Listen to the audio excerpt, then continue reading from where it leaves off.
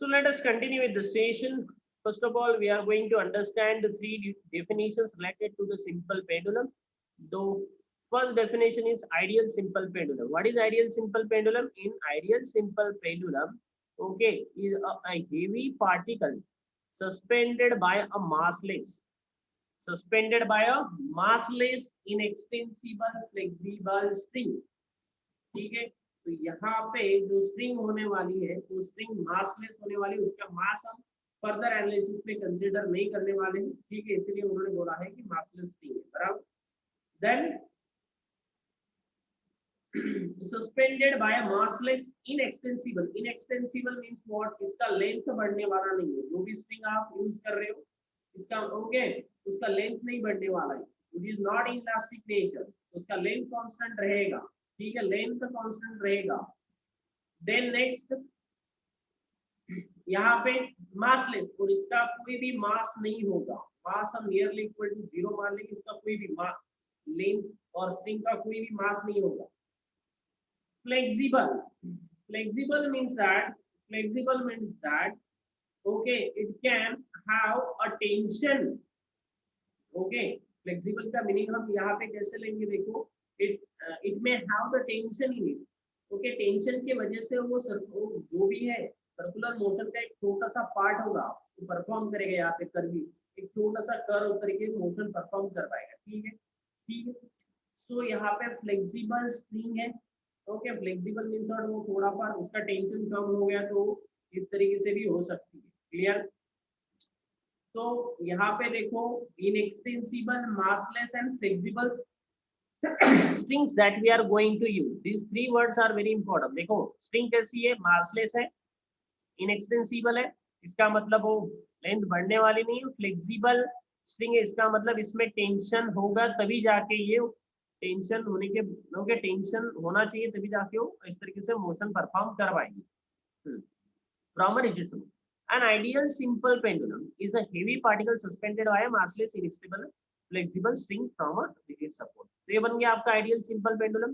Then let us understand about practical simple pendulum, इसमें और इसमें क्या डिफरेंस होगा, ठीक है। प्रैक्टिकल सिंपल पेंडुलम में डेफिनेटली यहाँ पे ओके हमें क्या यूज करना है, देखो हेवी पार्टिकल जो है सस्पेंडेड, यहाँ पे हम करेंगे small heavy dense sphere, okay, called the bob, suspended by a light and is inextensible string to a rigid support। देखो आइडियल सिंपल पेंडुलम है तो प्रैक्टिकल में एग्जिस्टेंस में नहीं होगा, तो इसको प्रैक्टिकल में एग्जिस्टेंस में लाने के लिए हमें कुछ तो भी ऐसा स्ट्रिंग लेना पड़ेगा which is having very very light weight, definitely string होगा यानी कि रोप, बरोबर आहे, दोर आपण त्याला म्हणतो, त्याला काहीतरी वेट असणार, it is having little bit of weight, okay. So practical में हम जो भी सिंपल पेंडुलम लेंगे उसका वेट जो होगा वो थोड़ा सा हमें लाइट वेट लेना है, इसका किसका स्ट्रिंग का वेट थोड़ा सा लाइट वेट लेना है। देन बॉब की जगह पे हमें थोड़ा सा हेवी डेंस स्फीयर, जैसे बॉल जैसे उसको हम बॉब ही बोलेंगे, हेवी डेंस स्फीयर हमें यहाँ पे रखना है, डेफिनेटली इसका मास ज्यादा होगा स्ट्रिंग से, ओके। बाकी तो सभी वर्डिंग सेम है। तो सिर्फ यहाँ पे हमें पता है स्ट्रिंग यहाँ पे एक्चुअल प्रैक्टिकल एप्लीकेशंस में मासलेस नहीं हो सकती, उसको कोई तो भी मास नहीं, ठीक है।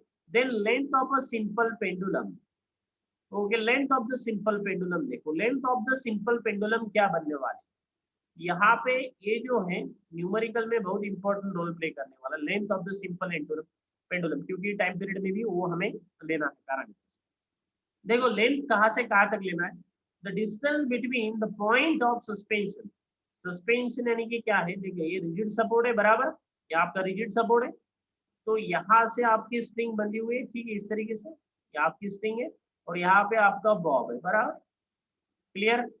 तो पॉइंट ऑफ सस्पेंशन ये बन जाता है आपका पॉइंट ऑफ सस्पेंशन, ऊपर का क्या है, पॉइंट ऑफ सस्पेंशन, इसको हम क्या बोलते हैं, point of suspension, clear. The distance between the point of suspension and the centre of gravity of the Bob, और ये सब चीजें तो आपको पता है, सेंटर ऑफ ग्रेविटी ऑफ कहाँ पे रहेगी, at the centre, at the centre. तो यहाँ से लेके यहाँ तक का जो भी डिस्टेंस होगा वो बन जाएगा आपका लेंथ ऑफ दी बॉब। तो देखो डिस्टेंस यहाँ से लेके सेंटर ऑफ ग्रेविटी तक का डिस्टेंस पूरा, तो यहाँ से लेके यहाँ तक ये बन जाएगा आपका length of the simple pendulum, तो डेफिनेटली इसमें हमें जो भी बॉब है उसका रेडियस इन्वॉल्व करना पड़ेगा। क्लियर? Okay, done. तो length of the simple pendulum भी आपको समझ में आया। Distance between the point of suspension and the centre of gravity of the bob okay is called the length of the pendulum. Done. Then हमें निकालना है time period के लिए एक्सप्रेशन। ओके, टाइम पीरियड के लिए एक्सप्रेशन निकालना है। So write down the question now on white board. Let's come towards the white board. Note down the topic as a question. Note down the question first of all.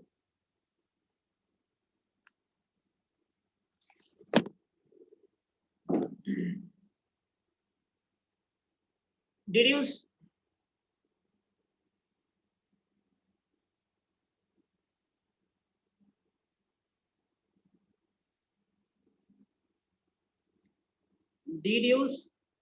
म्हणजेच derive. Okay, deduce the expression.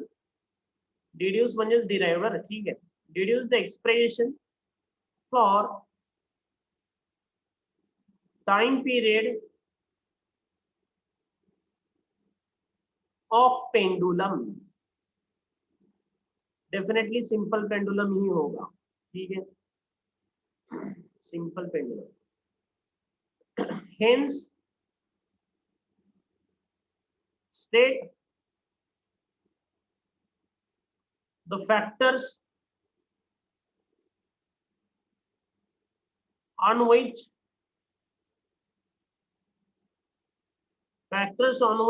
its period depend.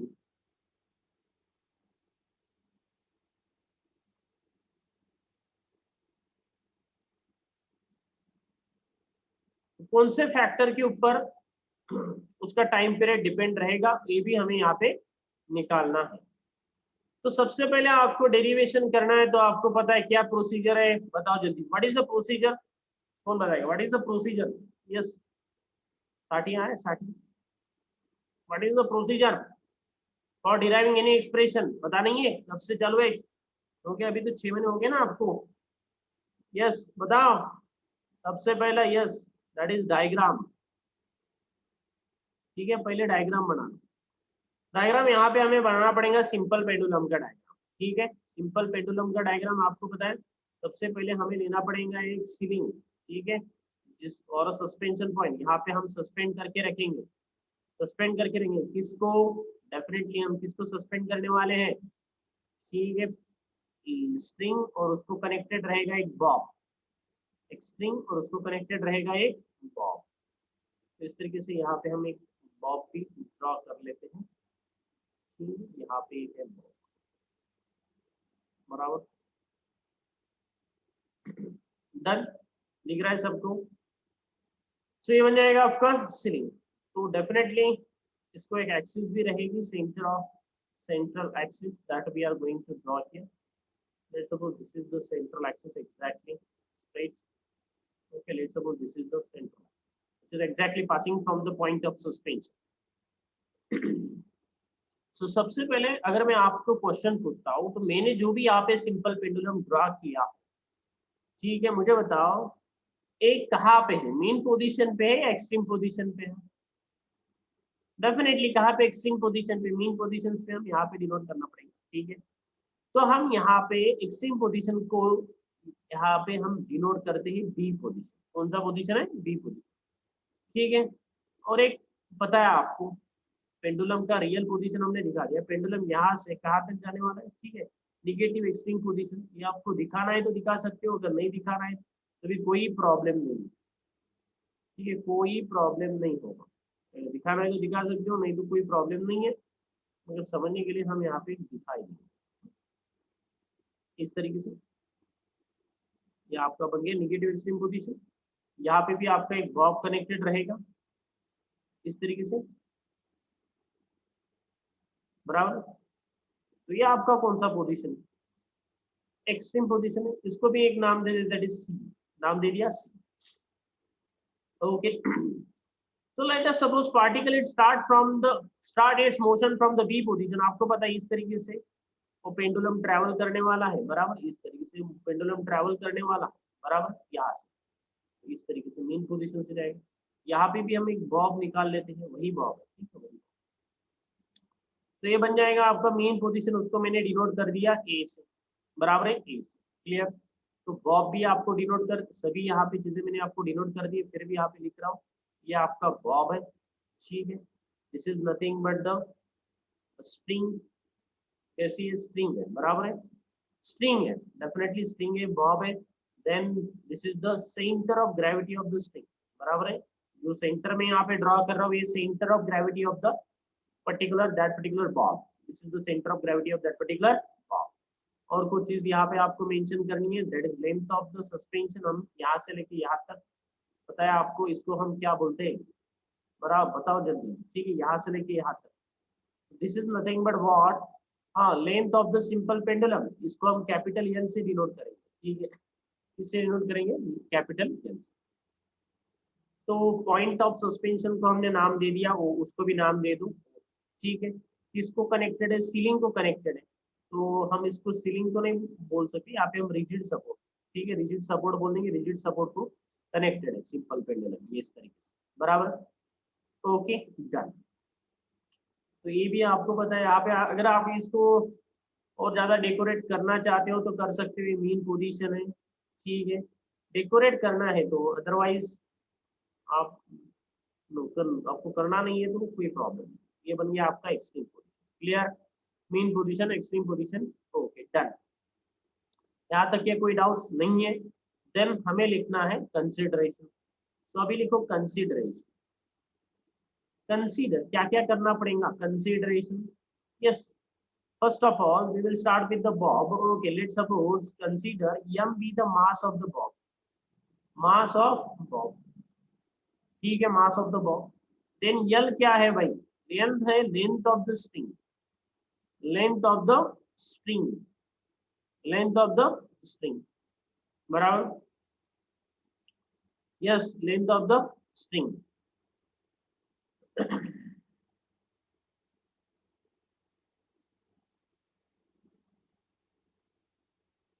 मास बन गया, length बन गया, ठीक है। हम यहाँ पे एम्पलीट्यूड तो नहीं डिनोट कर रहे, ठीक है, मगर यहाँ से यहाँ तक का जो भी डिस्प्लेसमेंट हुआ है बॉब का, उस डिस्प्लेसमेंट को हम बोल देते हैं एक्स। क्या बोल देते हैं, दैट इज एक्स। एम्पलीट्यूड नहीं बोलेंगे यहाँ पे, हम एक्स बोलेंगे, बराबर। So let X be the displacement from the mean position. तो यहाँ पे आपको लिखना है कंसिडरेशन में, X is equal to displacement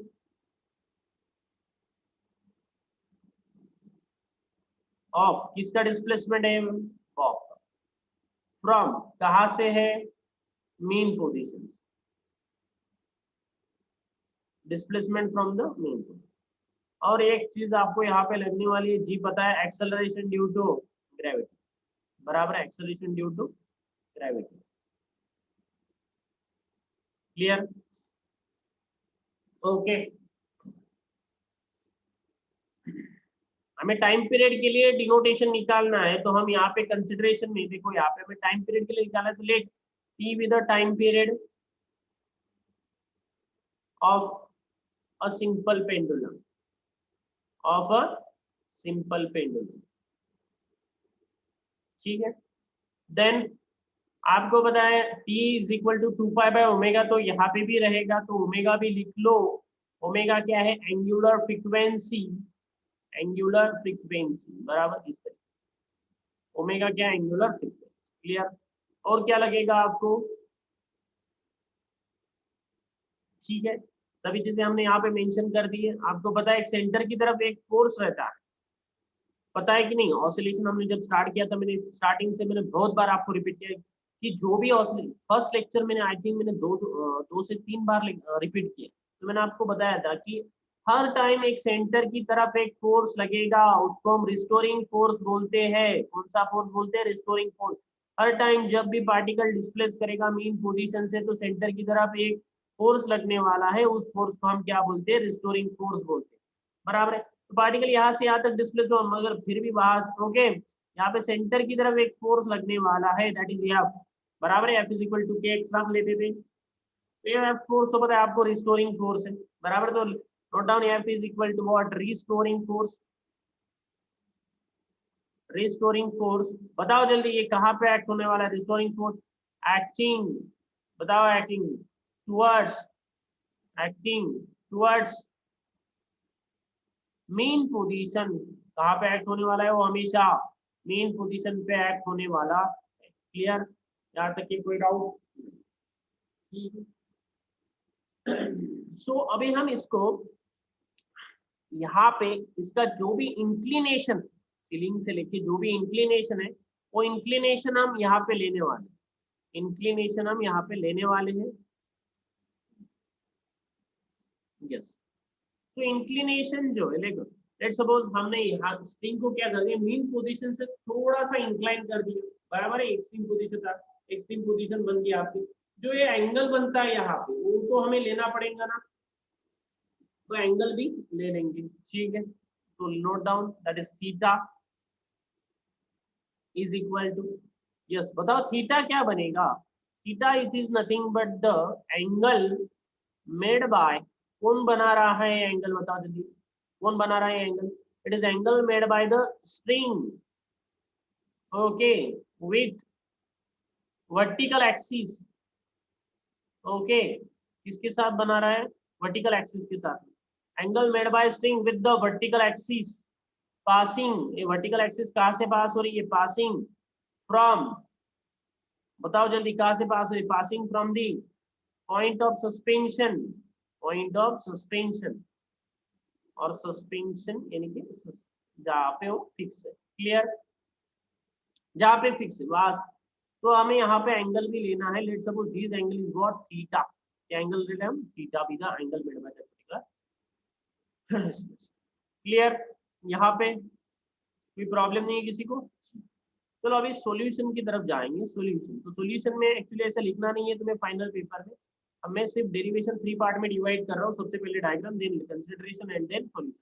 solution लिखना नहीं है, कंसिडरेशन को ही अटैच रहेगा, अगर आपको डिस्टिंग्विश करके दिख रहा हूँ। तो यहाँ से हमारा डेरिवेशन चालू है। क्लियर? तो सबसे पहले हम क्या करने वाले हैं, देखो यहाँ पे हमें फोर्सेस का स्टडी करना है। किसका स्टडी करना है? फोर्सेस का। तो बॉडी को हम इक्विलिब्रियम पोजीशन पे लाके रख देंगे और सभी फोर्सेस को वहां पे स्टडी करेंगे। सभी फोर्सेस को हम क्या करेंगे? वहां पे स्टडी करेंगे। तो हमने क्या कर रहे हैं, इस बॉब को यहाँ पे लेके आए और यहाँ पे उसको हमने इक्विलिब्रियम, लेट सपोज हमने बोल दिया कि इक्विलिब्रियम पोजीशन पे, तो हमने वहां पे कौन से, हमें बॉब के ऊपर कौन से फोर्सेस वहां पे लग रहे हैं, वो सारा हमें यहाँ पे निकालना पड़ेगा। ठीक है, देखो सबसे पहले मुझे बताओ weight of that particular Bob कहाँ पे लगने वाला है? Weight of that particular Bob बताओ जल्दी। Weight of that particular Bob कहाँ पे लगने वाला है? कौन बताएगा? जल्दी बताओ fast. Weight of the Bob which is, yes weight of the Bob which is acting vertically downward. Circular motion में बहुत बार हो गया है, ठीक है। Weight of the Bob which is acting vertically downward. तो फोर्सेस का हमें यहाँ पे, जो भी फोर्सेस वहां पे मोशन को कॉज कर रहे हो, तो उसका तो स्टडी करना पड़ेगा ना। यहाँ पे डायनामिक्स में आ रहे हैं हम उसके, ठीक है। In this case we are going to study the what are the forces which are causing the motion. सबसे पहले हम देख रहे हो यहाँ पे कि mg फोर्स एक्ट हो रहा है, वो वर्टिकली डाउनवर्ड रहेगा। तो मैं यहाँ पे एक बात तो आपको दिख रही है, साफ साफ दिख रही है कि ये जो mg है, ठीक है, ये mg इस पर्टिकुलर, ये अगर मैं इसको स्ट्रेट प्रोपोगेट करता हूँ, ठीक है, थोड़ा सा मैंने इसको प्रोपोगेट कर दिया फॉरवर्ड, तो मुझे बताओ ये जो mg है, इस जो भी स्ट्रिंग का प्रोपोगेटेड लाइन है, तो उसके साथ में एंगल कौन सा बना रहा है? डेफिनेटली एंगल क्या होगा? ये एंगल थीटा है, तो ये भी एंगल थीटा होगा। अगर नहीं आता है बच्चों को तो बताओ, ये दो पैरेलल एक्सिस है, बराबर है, ए एक्सिस और ए बी एक्सिस पैरेलल है, mg और ये लेंथ वाली एक्सिस पैरेलल बनेगी, बराबर है। इस तरीके से ये एंगल थीटा है आपका, तो ये भी एंगल थीटा ही बनने वाला है। क्लियर? यस और नो? तो यह एंगल भी थीटा ही बनेगा, बराबर। अभी ये एंगल थीटा है, तो हम इसको क्या करने वाले हैं? रिजॉल्व करने वाले हैं mg को टू म्यूचुअली परपेंडिकुलर कंपोनेंट्स में। ठीक है, टू म्यूचुअली परपेंडिकुलर कंपोनेंट्स में हम यहाँ पे उसको क्या कर देंगे? रिजॉल्व कर देंगे। क्लियर? तो सबसे पहले let suppose this is the component, ये कंपोनेंट है, ठीक है, इस डायरेक्शन में, और ये वाला कंपोनेंट है यहाँ पे।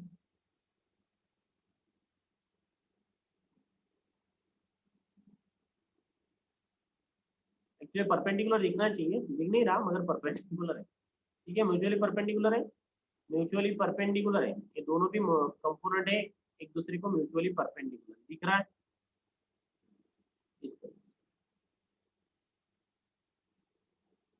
Okay done. तो मुझे बताओ ये वाला कंपोनेंट कौन सा बनेगा, बताओ जल्दी फास्ट।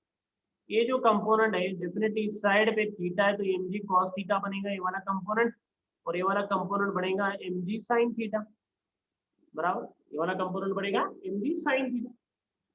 आपको पता है यहाँ पे स्ट्रिंग है, इनएक्सटेंसिबल स्ट्रिंग है, तो उसको आर्क में मोशन परफॉर्म करने के लिए, सर्कुलर मोशन परफॉर्म करने के लिए कुछ तो भी टेंशन स्ट्रिंग में होना चाहिए, तो हमें यहाँ पे लेना पड़ेगा टेंशन इन द स्ट्रिंग, बराबर, हमें यहाँ पे लेना पड़ेगा टेंशन इन द स्ट्रिंग, वो भी यहाँ पे डाल दूं इसमें, yes P is equal to yes tension in the string, tension in a string, definitely this particular tension it is yes acting toward the suspension, ठीक है, एक्टिंग टुवर्ड द सस्पेंशन। तो यहाँ पे जो टेंशन लग रहा है इस तरीके से वो सेंटर की तरफ, ओके यहाँ पे ओ की तरफ लग रहा है, पॉइंट ऑफ सस्पेंशन की तरफ लग रहा है टेंशन, क्लियर। अभी बताओ इस इक्विलिब्रियम पोजीशन के लिए कौन सा कंपोनेंट किसको बैलेंस करेगा, कौन सा कंपोनेंट किसको बैलेंस करेगा, कौन बताएंगे यहाँ पे, जल्दी बताओ फास्ट। तो फॉर इक्विलिब्रियम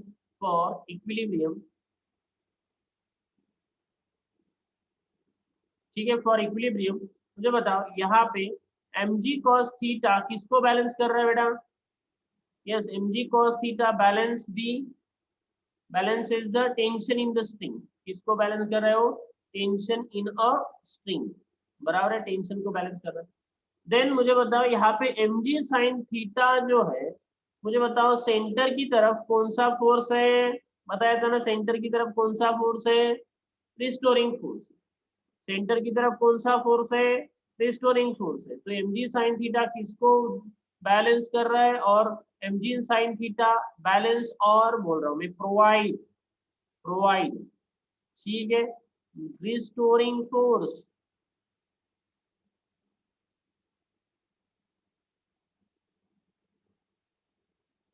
ठीक है, restoring force that is F provide कर रहा है। जस्ट हमें ये सारी चीजें हमें यहाँ पे इक्वल करनी है, बाकी कुछ नहीं, क्लियर, ये सारी चीजें हम यहाँ पे क्या कर रहे हैं, इक्वल कर रहे हैं। mg sin थीटा को इक्वेट करेंगे टेंशन इन द स्ट्रिंग के साथ में, वो बन गया। अगर कोनिकल पेंडुलम, सिंपल पेंडुलम में आपको टेंशन पूछता है तो आपको पता होना चाहिए कि mg cos थीटा बनेगा, clear. mg sin theta balance the restoring force, तो यहाँ पे मुझे बताओ f क्या बनने वाला है, तो मैं यहाँ पे दो इक्वेशंस लिख रहा हूँ, अबाउ लाइन से तो मैं यहाँ पे दो इक्वेशन लिख रहा हूँ, देखो mg cos theta is equal to tension, ये बन गया आपका फर्स्ट इक्वेशन, और सेकेंड इक्वेशन जो वहां से अपना फर्दर कैलकुलेशन शुरू होने वाला है, mg sin थीटा को मैं यहाँ पे लिख रहा हूँ दैट इज रिस्टोरिंग फोर्स है, ठीक है, ये बन गया आपका इक्वेशन नंबर 2। तो ये दोनों ही इक्वेशन इंपॉर्टेंट है, मगर सेकेंड इक्वेशन यहाँ पे बहुत इंपॉर्टेंट रोल अभी प्ले करने वाला है, क्लियर, यहाँ तक के नोट डाउन करो फास्ट, हो गया, take screenshot fast, done. Shall I erase this consideration? Yes or no? Yes. Rudra, Jatin, Sathi, Isha, रोनी, किन किन के नाम से, ठीक है, इरेज कर रहा हूँ।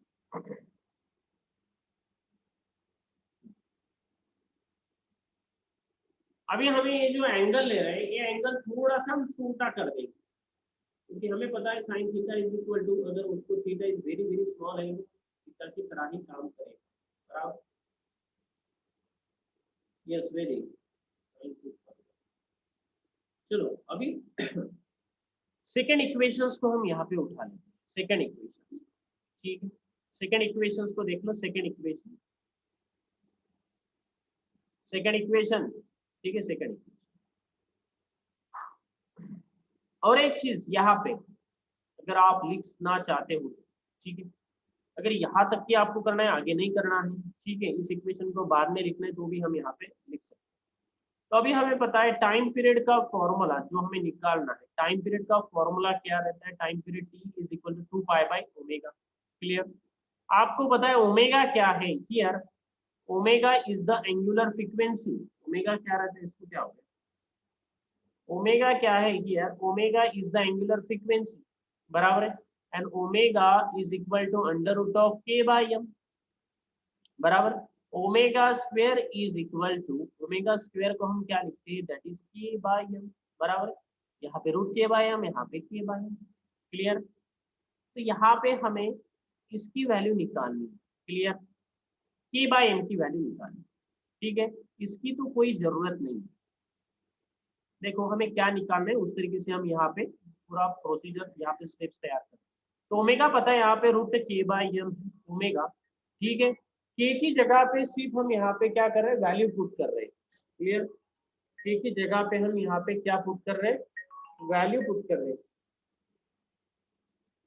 हाँ सर जी, बैच में सर, मुझे तुरंत बैच में।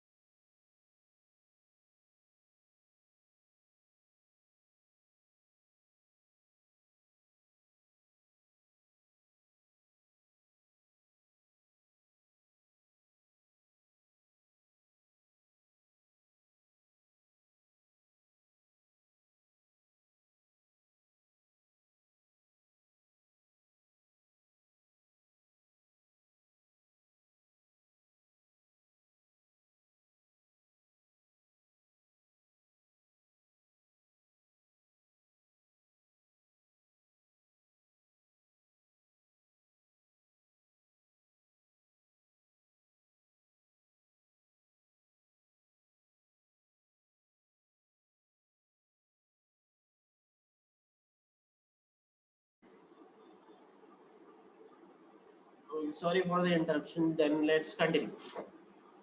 तो ये सारी चीजें आप सबको पता है। तो यहाँ पे के को हम यहाँ पे रिप्लेस करने वाले हैं, किससे रिप्लेस करने वाले हैं, देखो, ठीक है। अगर यहाँ पे हम के को भी रिप्लेस करने वाले हैं, के को भी रिप्लेस करेंगे, ठीक है। के पता है आपको एफ इज इक्वल टू के एक्स रहता है कि नहीं, अरे भाई एफ इज इक्वल टू के एक्स रहता है, तो लिख लो यहाँ पे। हमें पता है एफ इज इक्वल टू के एक्स रहता है, तो यहाँ पे के क्या बन जाएगा, के क्या बन जाएगा, एफ बाय एक्स बन जाएगा, क्लियर, यस और no, clear. K is equal to F by X बनने वाला है। और अगर मैं लिखना चाहता हूँ F is equal to, F को मैं क्या लिख सकता हूँ, एफ को मैं मास इंटू एक्सेलरेशन भी लिख सकता हूँ, ठीक है। एफ को क्या लिख सकता हूँ, मास इंटू एक्सेलरेशन भी लिख सकता हूँ, clear, divided by X C, divided by X. तो ये वाला फॉर्मूला मैं यहाँ पे लिखने वाला हूँ, यहाँ पे पुट करने वाला हूँ, क्लियर। कौन सा, M A divided by X, K की जगह पे पुट कर दूंगा। देयरफॉर ओमेगा क्या बनेगा, यहाँ पे देखो, root K by M, K by M, K की जगह पे मैं पुट कर रहा हूँ M A divided by X, divided by M भी है तो एम भी यहाँ पे लिख रहा हूँ। तो मुझे बताओ एम एंड एम क्या होगा, कैंसल हो जाएगा। देयरफॉर यहाँ पे लिख रहा हूँ, आगे का सभी चीजें यहाँ पे लिख रहा हूँ, ठीक है। देयरफॉर ओमेगा क्या बनेगा, omega is equal to root under root of acceleration, okay, per unit displacement, क्या बनेगा,